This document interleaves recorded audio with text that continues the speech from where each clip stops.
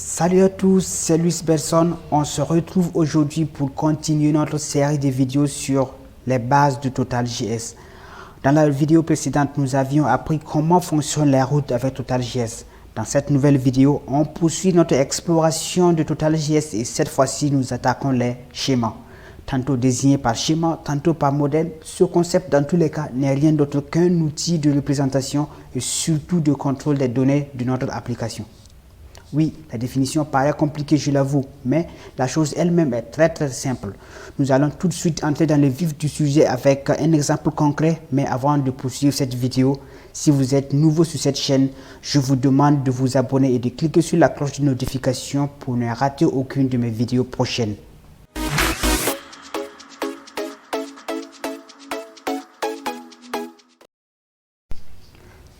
Alors, tout à l'heure, nous avions dit que les schémas servaient d'outils de représentation des données de notre application.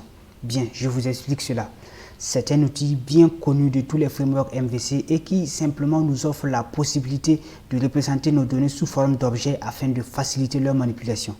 Si dans notre application, par exemple, nous avons à gérer des utilisateurs, on va d'abord créer un schéma qui représentera cette entité utilisateur. Et si l'on veut, par exemple, insérer un utilisateur en base de données, cet outil nous permettra de valider les données avant de les insérer, à savoir quelles sont les informations obligatoires et quelles sont les informations facultatives. Et si par exemple, à la place du numéro de téléphone, on saisit une adresse mail, le schéma concerné va nous dire qu'il n'est pas content. Il nous retournera alors un message d'erreur pour dire que les données saisies ne sont pas valides. Maintenant, nous allons voir le cas pratique de tout cela. Et pour cela, je vous invite à aller sur le site officiel de la documentation de TotalJS. Vous trouverez le lien en description. Vous cliquez sur la version 4 et vous partez sur Data Models. Vous verrez en haut ici des informations qui concernent ce que c'est que les modèles. On vous dira par exemple que les Data Models sont désignés en TotalJS comme étant des schémas, comme je vous l'avais dit d'ailleurs.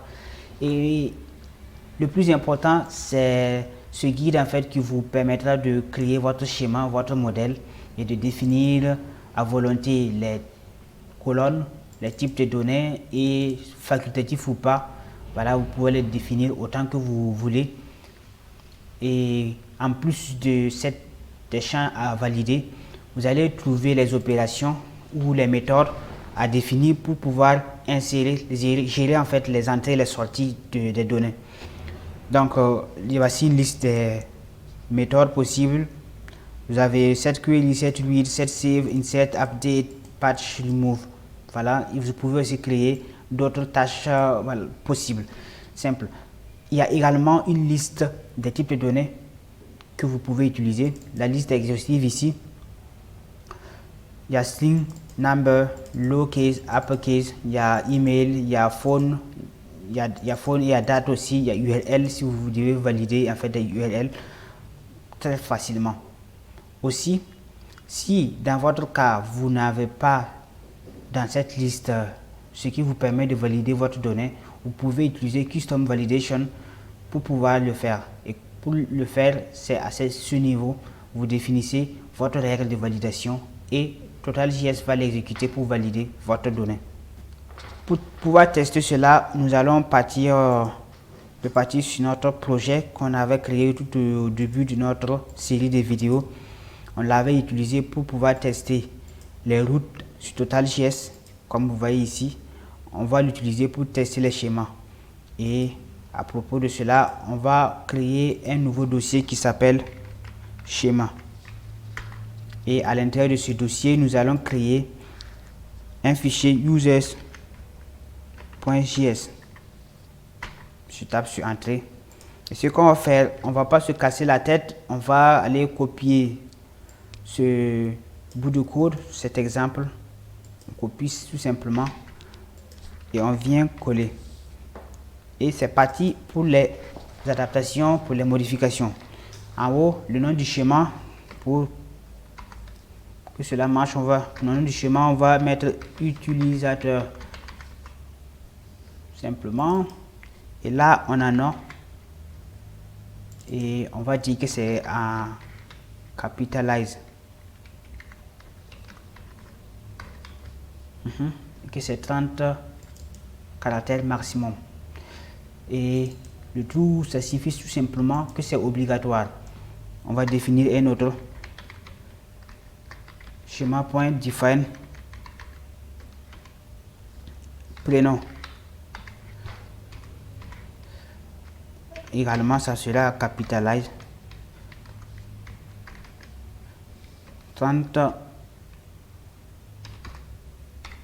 caractères également. Bon, ce sera également true, mais le point de virgule à la fin. On peut copier, dupliquer, et ici on va mettre email. Donc du coup ici on met email, excusez-moi, et que c'est obligatoire. On va mettre phone ici, et le type de validation c'est également phone, également obligatoire. On va mettre quelque chose quand même qui n'est pas obligatoire. Et adresse, l'adresse c'est simplement une simple chaîne de caractères. On ne définit même pas un nombre maximum, on laisse cela comme cela, mais ce n'est pas obligatoire. Ce que l'on va faire actuellement, c'est de modifier nos deux autoroutes qui sont là en y insérant en fait le nom du schéma suivi du nom de l'opération respective à exécuter.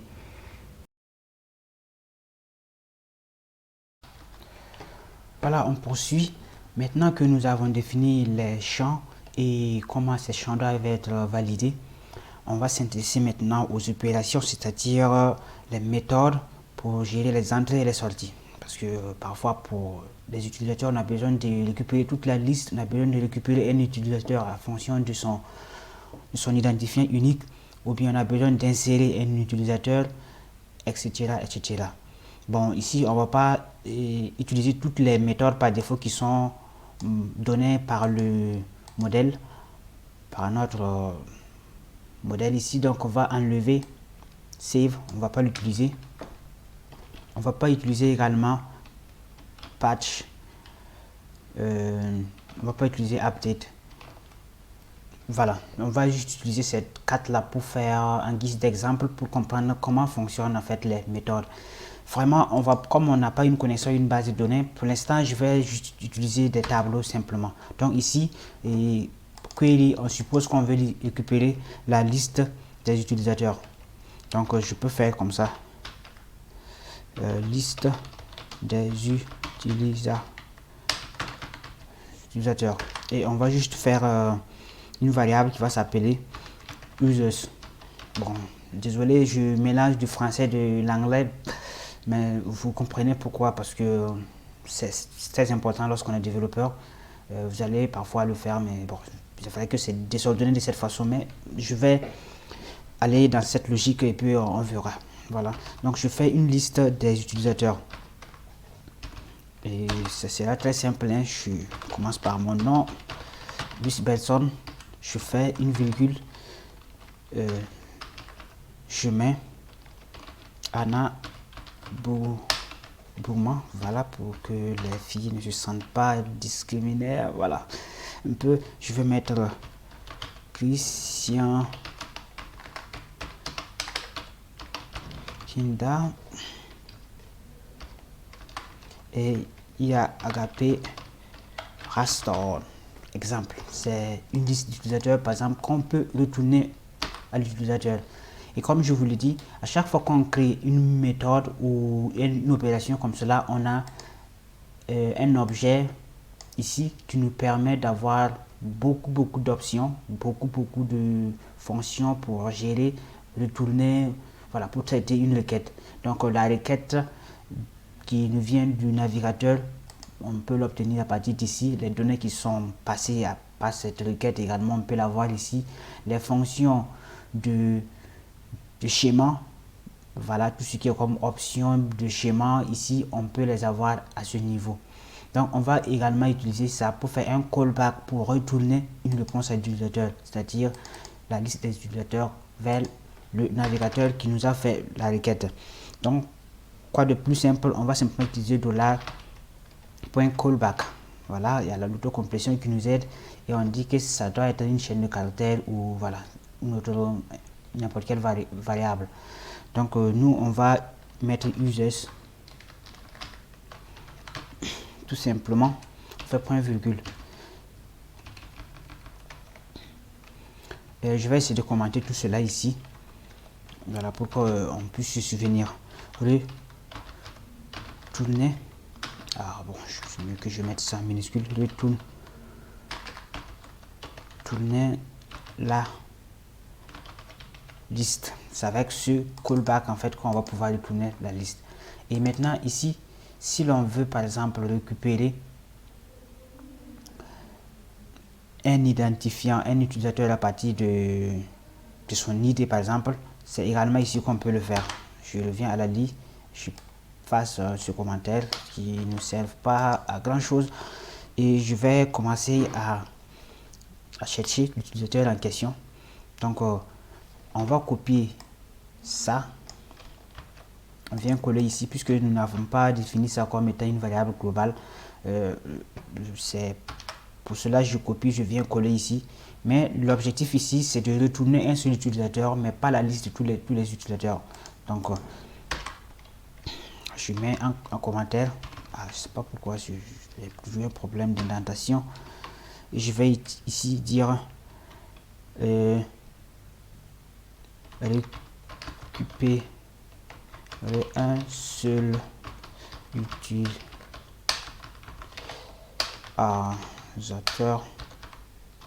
en fonction de son ID. Je tape mal l'identifiant, tout simplement. Et ici on fait également un callback, c'est-à-dire $callback. Un callback, ça va être égal à users et en fonction de l'identifiant qui nous a été passé. Donc on va tout simplement faire $. Encore dans le $, on verra ID. Ça suppose que sur notre route, c'est une route dynamique où on peut varier ou qui contient une variable qui s'appelle ID. Voilà, ça nous permettra de récupérer cet identifiant à partir de $.id, tout simplement. Donc je mets un point virgule, je viens mettre l'indentation par ici. Bon, comme d'habitude, je mets encore retourner l'utilisateur.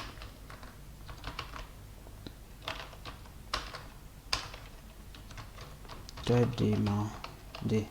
Mais exactement, si il y avait une base de données, on pouvait gérer une erreur éventuelle, c'est-à-dire si on cherche l'utilisateur, demander que ça n'existe pas, qu'on puisse dire à l'utilisateur avec une erreur 404 qu'on n'a pas trouvé l'utilisateur en question, ou l'utilisateur a été supprimé ou n'existe plus. C'est un peu comme cela, mais pour l'instant on part du principe qu'on va être très simple. Voilà.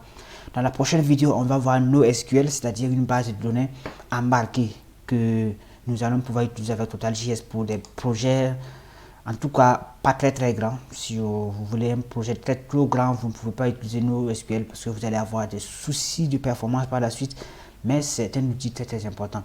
On n'en est pas là pour l'instant. On continue avec insert. Ici par exemple, on copie encore notre liste d'utilisateurs, puisque c'est ça qui sert de base de données ici. On vient coller ici et l'objectif ici c'est d'ajouter un seul utilisateur. Et remarquez que ici on a deux paramètres qui sont passés. Notre objet global qui nous permet d'avoir accès à toutes les options et toutes les fonctions possibles pour traiter la requête, et également notre modèle qui sera en fait les données du formulaire. Ça vient sous forme de modèle ici qu'on pourra récupérer pour insérer. Imaginons que à partir d'un post, une route post ou bien un formulaire, on est en train d'envoyer des données, un nouvel utilisateur à insérer. Donc on va pouvoir récupérer ces données ici. Qu'est-ce que l'on va faire? Avant d'insérer, on va pouvoir ajouter modèle.id, c'est-à-dire on va ajouter un identifiant unique à notre modèle, et pour cela TotalJS nous donne un outil qui s'appelle UID. On va revenir là-dessus lorsqu'on va parler de NoSQL. Et UID va nous permettre d'avoir de générer automatiquement un identifiant unique pour notre nouveau modèle. Également, on peut ajouter date de création, c'est-à-dire à quel moment, la date actuelle, le timestamp. Donc on va dire modèle.dt, bon, dt created, c'est comme ça que je l'appelle, mais vous pouvez l'appeler autrement, qui va être une fonction aussi qui nous donne notre total.js qui s'appelle now. Ça va nous permettre d'avoir la date, c'est-à-dire la date complète exacte à laquelle on est en train d'insérer l'utilisateur. Et je crois que c'est bon, on va pouvoir l'ajouter à notre liste d'utilisateurs. Bien sûr, bien évidemment, ça suppose que les données ont été validées, que tout a été bien correctement inséré. Que surtout ici, ça a été validé qu'il n'y a pas de problème. On va tomber sur cette méthode et on va pouvoir l'ajouter. Pour l'instant, c'est un exemple. Je ne suis pas vraiment de... Voilà, donc on va faire point push. Voilà, point push. Comme si on voulait ajouter un élément à notre tableau. New elements of the array. Donc, push, c'est en JavaScript une méthode qui permet d'ajouter un élément à un tableau. Donc, on va utiliser modèle, tout simplement. Mais sachez que lorsqu'on va utiliser NoSQL, ça ne sera pas exactement pareil. Mais l'idée, c'est de vous montrer comment ça fonctionne ici. Je n'oublie pas mon commentaire ici pour garder la même logique. Et ici, je vais me dire ajouter ou insérer un nouvel utilisateur. Voilà. Je tape pas très rapidement, mais je pense que on va s'en sortir.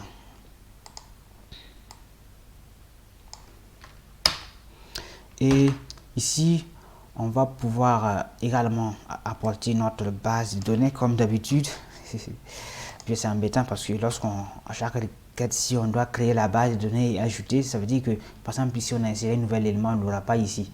Mais comme je vous l'ai dit, c'est un exemple que je suis en train de prendre. Donc ici, qu'est-ce qu'on fait? Notre méthode ou notre opération ici consiste à supprimer un utilisateur.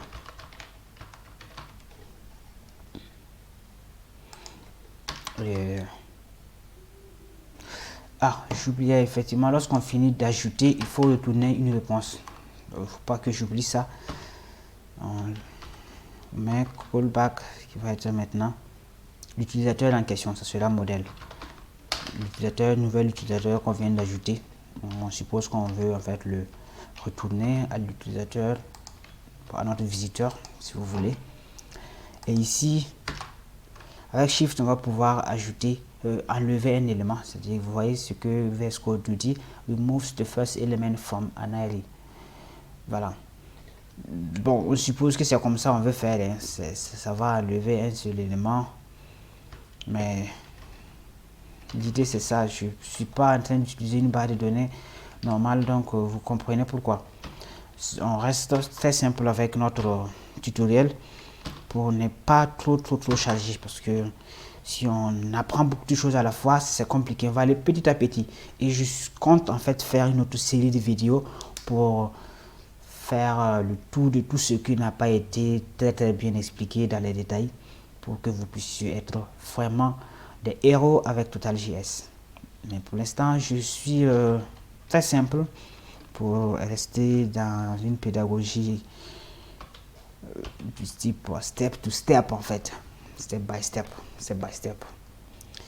Donc on va retourner également la liste des utilisateurs, la nouvelle liste après avoir enlevé le nouvel élément.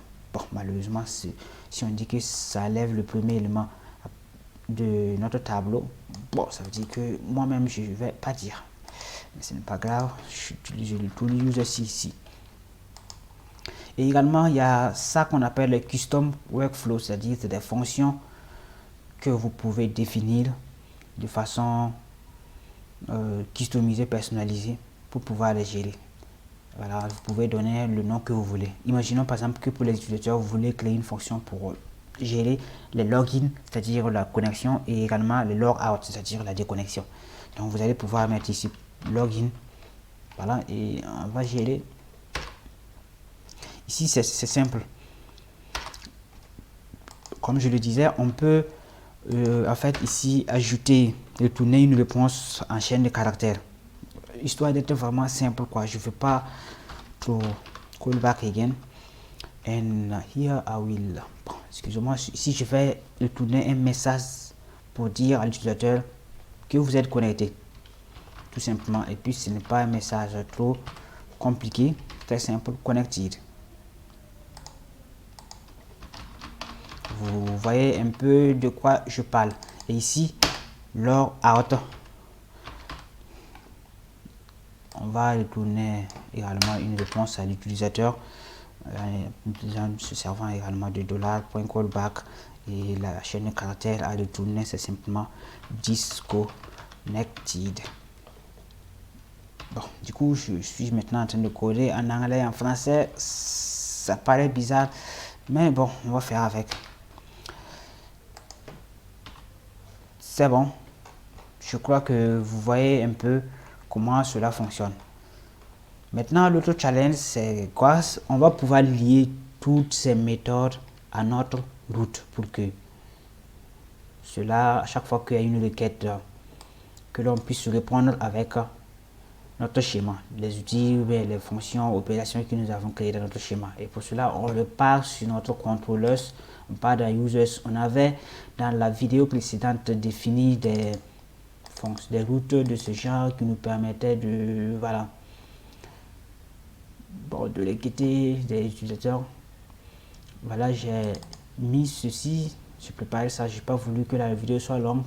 Donc lorsque vous mettez get utilisateur, ensuite vous mettez le nom du schéma, et ensuite vous avez query, c'est-à-dire le nom de l'opération exécutée.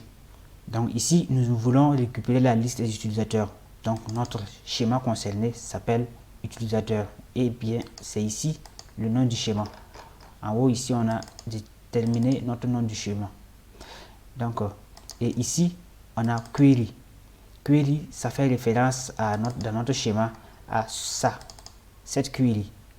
Donc c'est une liaison que nous venons de faire entre notre schéma et notre route, de sorte que à chaque fois que l'utilisateur va demander cette ressource à partir de ce lien avec la méthode get, bien sûr, on va aller dans ce schéma et exécuter cette opération. Et bien sûr, cette opération consiste tout simplement à nous retourner la liste des utilisateurs, comme je vous l'avais dit, la liste des utilisateurs à retourner, tout simplement. Si on regarde un peu dans les autres aussi, c'est pareil. Dans insert, ça fait référence à notre insert qui se trouve ici.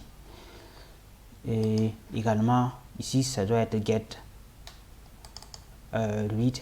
Read, ça va être, ça correspond à l'autre là. C'est où?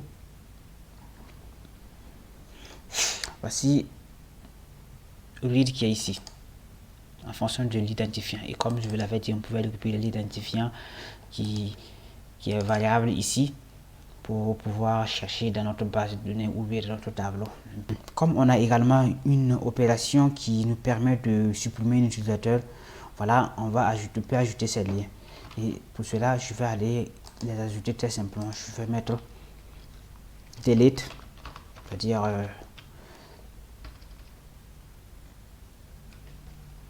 très simplement. Et lorsque on travaille avec delete, c'est-à-dire que forcément il faut spécifier quel utilisateur il faut supprimer. Donc je vais ajouter ça ici. Bon, moi je fais du n'importe quoi, c'est pas bien ordonné, mais vous savez ce que vous devez faire.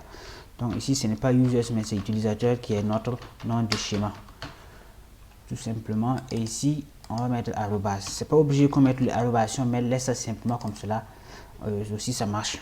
Et on va appeler ça remove pour faire référence à notre opération qui s'appelle set remove ici. Donc si on repart ici, tout est ok. Et on peut faire pareil aussi pour notre route, notre opération qui s'appelle login et logout, tout simplement. Donc on va faire une méthode get, parce que là on n'a pas besoin d'insérer les utilisateurs. On peut faire utilisateur slash login. Non, c'est pas utilisateur slash login. On va tout simplement écrire login Voilà, je crois que ici comme ça c'est bon. On fait étoile, ou bien voilà, étoile. On fait utilisateur pour désigner notre nom de schéma. On fait tiret de 6 deux fois, une flèche. On fait arrobase login. Tout simplement. Et cela va aller exécuter notre opération qui s'appelle login ici. Voilà. Et la réponse qui va être retournée, c'est tout simplement connected. Bien. Et même chose, on peut le faire avec notre disconnected. Ah, je sais pas, je vais mettre une indentation pour que tout soit correct ici. Maintenant, je prends mon temps pour faire mes vidéos. Je me précipite pas. Désolé, ça va faire des vidéos qui sont très longues pour rien. Mais je suis ouvert avec vous. On apprend ensemble. Si je fais quelque chose qui n'est pas à la fin du test, ça marche pas, on essaie de résoudre les problèmes ensemble. Et là, vous allez savoir non seulement comment coder avec Node.js, mais savoir les différentes erreurs qu'il faut pas faire, qu'il faut faire, voilà, comment résoudre les bugs en fait avec Node.js. Donc je vais faire une méthode get encore et je vais mettre log out. Tout simplement, on fait notre étoile utilisateur,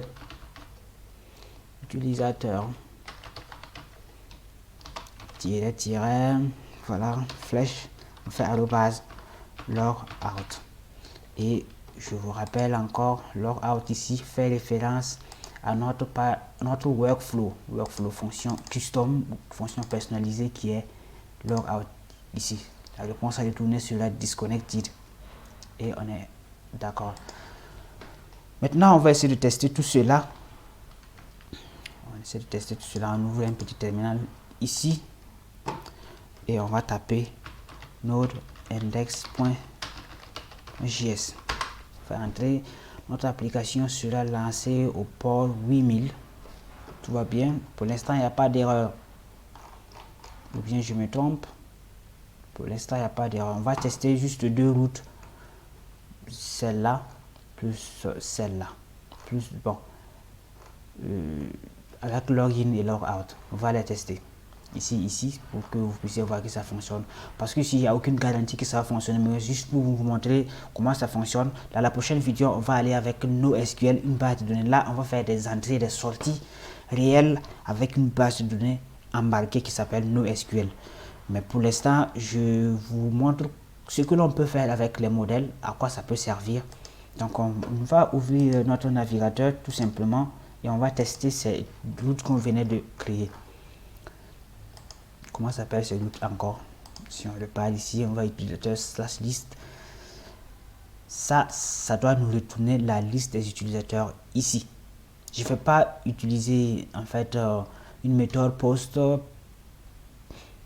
Oui, je vais utiliser une méthode post l'insert là pour que nous puissions également tester si la validation ça marche. Si on, par exemple on oublie de mettre des champs, qu'est-ce que notre modèle va nous retourner, puisque c'est comme ça on a dit. Donc pour cela, en même temps, je commence à lancer mon outil de requêtage que j'appelle REST Scope. Voilà, vous pouvez utiliser Insomnia ou bien Postman pour faire cela. Ça n'a pas d'importance.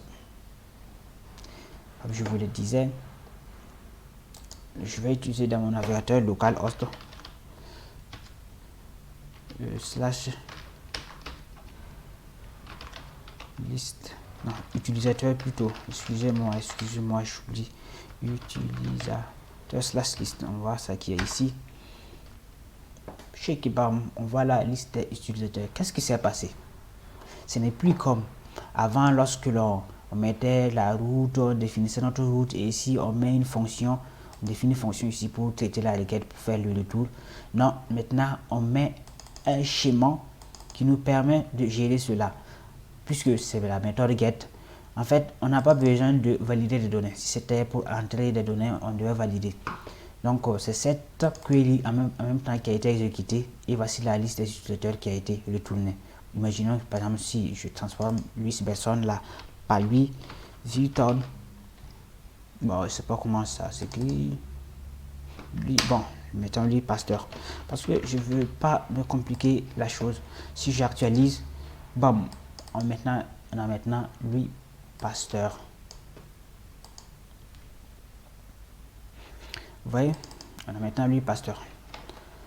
On peut également faire ici lui c'est Benson et on actualise. Waouh, on voit lui Benson. Ça veut dire que c'est cette méthode qui a été utilisée. Super. Maintenant, ce que l'on va faire, c'est on va essayer d'utiliser aussi la méthode login pour voir si ça va nous retourner ça ou pas. Comme je vous l'ai dit, on peut utiliser également des custom. Donc si on fait login, on fait entrer, voici, on dit connected, ça fonctionne, super. On va utiliser maintenant REST-Scope pour essayer d'envoyer des données à partir de la méthode post pour voir si notre schéma va faire des validations de données ou pas. Donc avec REST-Scope, d'abord on va aller chercher c'est quoi la méthode, bon, la route plutôt. Donc on a cette route utilisateur / create, super. Donc sur REST-Scope on va écrire http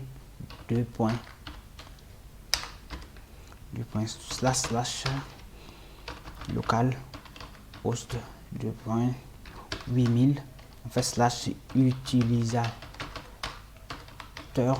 / create et on revient là pour dire que c'est la méthode post. Dans le corps de notre réponse, on va passer du JSON. Lorsqu'on va prendre un exemple concret avec NoSQL, on va aller dans les détails. Mais l'idée ici, c'est de comprendre que avec schéma, on va pouvoir valider nos données, on va pouvoir définir des méthodes, des opérations pour traiter nos requêtes de façon live. C'est tout pour cette vidéo. Si vous avez aimé la vidéo, je vous demande de liker, de laisser des commentaires. Voilà. Partagez la vidéo si vous l'avez aimé. Et moi, je vous retrouve à la prochaine vidéo.